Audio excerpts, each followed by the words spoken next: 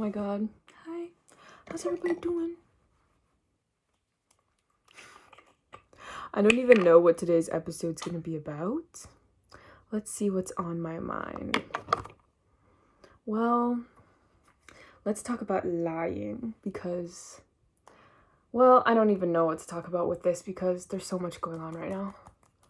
I have an aunt who is kind of put herself in the boy who cried wolf situation. I'm not going to go into too many details or specifics, but over my lifetime, she's developed something.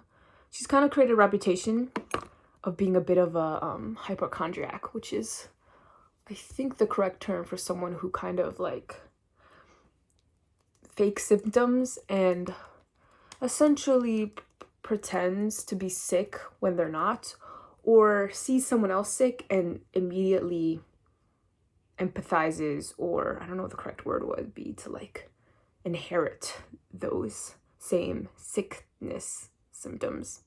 I don't know. But yeah, she's kind of been that way her whole life. She's kind of been the type to say she's feeling immense pain when in reality what's going on is something of a paper cut, or she's, you know, she needs to be tended to hand and foot, when in reality that's not the case and that's not something that she needs. But she kind of like has always seeked attention that way. So the problem with we all know this about her though, but the problem with being that type of person is that when something actually is wrong with you, you create in everyone's mind that even if we have proof, even if we know it's real, even if we've spoken to the doctors, we still have this sense, because of the years and years and years of you playing kind of tricks on everyone and actually gaslighting everyone, that this is essentially not real. Like, we've already gone through so many emotions with you that you have kind of created a numbness in us.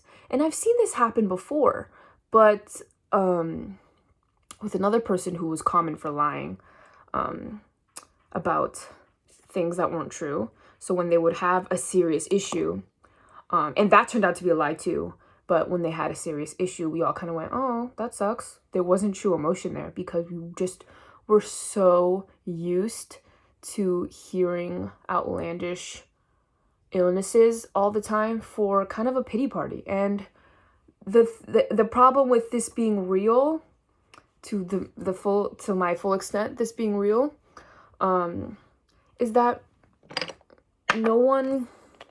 it's not that no one is there for you, but you've essentially made people go, oh, that sucks. It's so hard to explain. Like, the feeling bad for you is not there because we've already gone through this with so many fake scenarios. And now that it's real, it just doesn't register, even with proof and time. And it's such an interesting thing to see happen to everyone with my aunt. And I don't blame them because I go through it too. Because when I heard the news of my aunt being in a serious illness, I was like, oh, and kind of just wanted to move on because I was like, another thing. But yeah, it's just very surprising that this is real and that's how I feel, and I'm not the only one who feels this way. A lot of her close family members also don't feel a whole lot of empathy, and it's not that we don't love her, it's just that she put herself in every couple of months there was something new to like feel bad about, and after a certain amount of time you just stop caring about every new thing, and now there's a real thing and I just don't feel it. I don't feel sadness. I don't feel for her case. And I'm watching her go through this and I'm like, how is it that I'm watching this person have a real life-threatening issue and I'm not feeling like what I'm supposed to be feeling? And I'm thinking it must be because they created this situation for themselves over the time. That didn't cover what it was supposed to. I'm thinking they had to have put themselves in this position. But it's like, why can't I force myself to feel? And it's something I can't force, I guess. No one else can either. But it's just very interesting to observe. Everyone kind of just like feel indifferent towards their situation. But that doesn't mean they're not there for her. That's what's important. You know what I mean?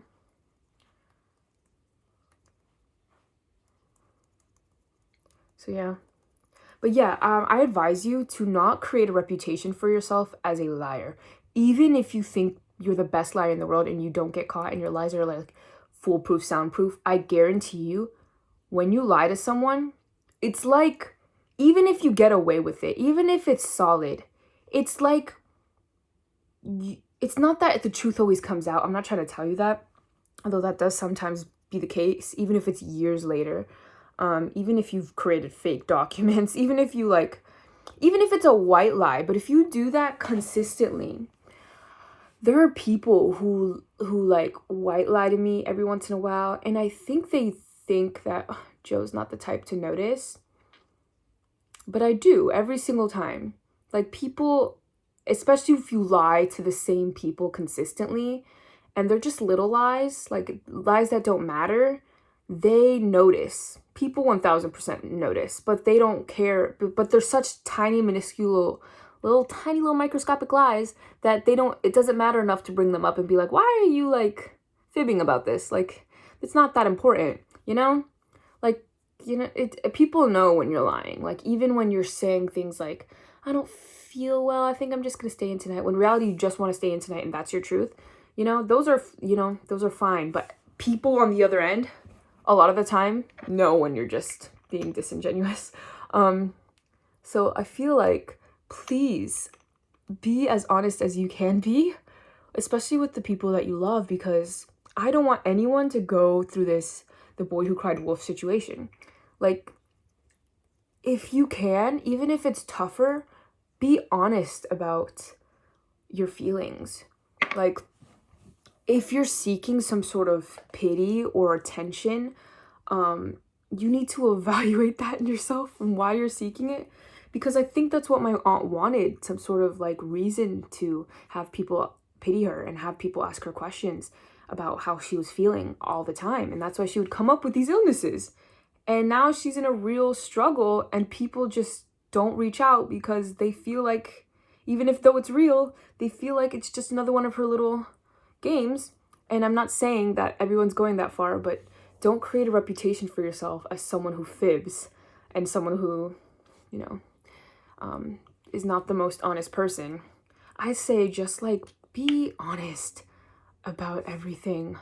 Like, I guarantee you, the people that you lie to on a regular basis know. They know. They know. You think they don't know, but they know. Someone knows. They know. Like, I don't know. I'm trying to help y'all out here.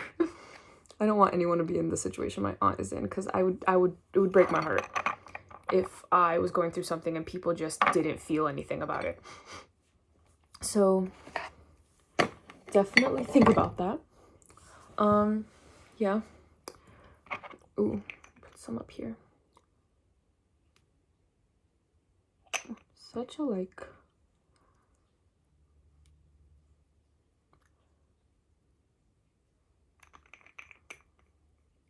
Pretty. Very minimal today because I'm just gonna visit my mom, I think. I think I'm taking my cousin to the store, actually, so I'm probably gonna take my mask. I'm not going away. We're gonna try green because I don't want to put makeup on. It's my last resort. But yeah, guys, I don't even know what to title this video. The boy who cried wolf. Don't be in that situation. Just don't. Don't be in that situation, guys. It just seems so awful to be where she is at right now. It doesn't work. It does not work.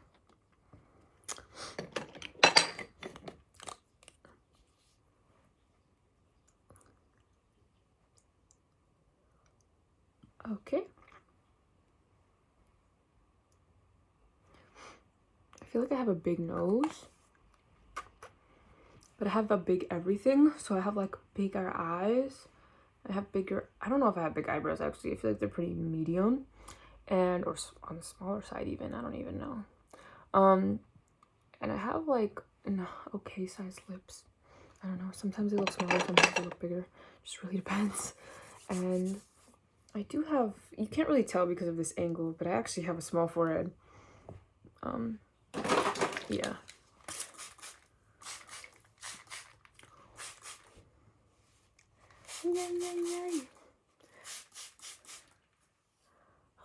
By the way, Hamilton was great. Best show ever. I'd already seen it before years ago, and I think this show topped it. I think I thought that one was kind of okay, but this show topped it. I loved every second. I almost cried at the end. I was tearing up. Oh my god, everyone did so good. I loved Alexander. He was this really short king, and he was carrying this whole production. He was so great. Oh my god, and he was, I'm pretty sure, the understudy for Hamilton, and I was so impressed. Loved it.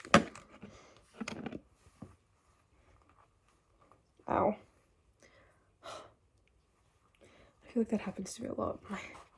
My hair, it's tangled.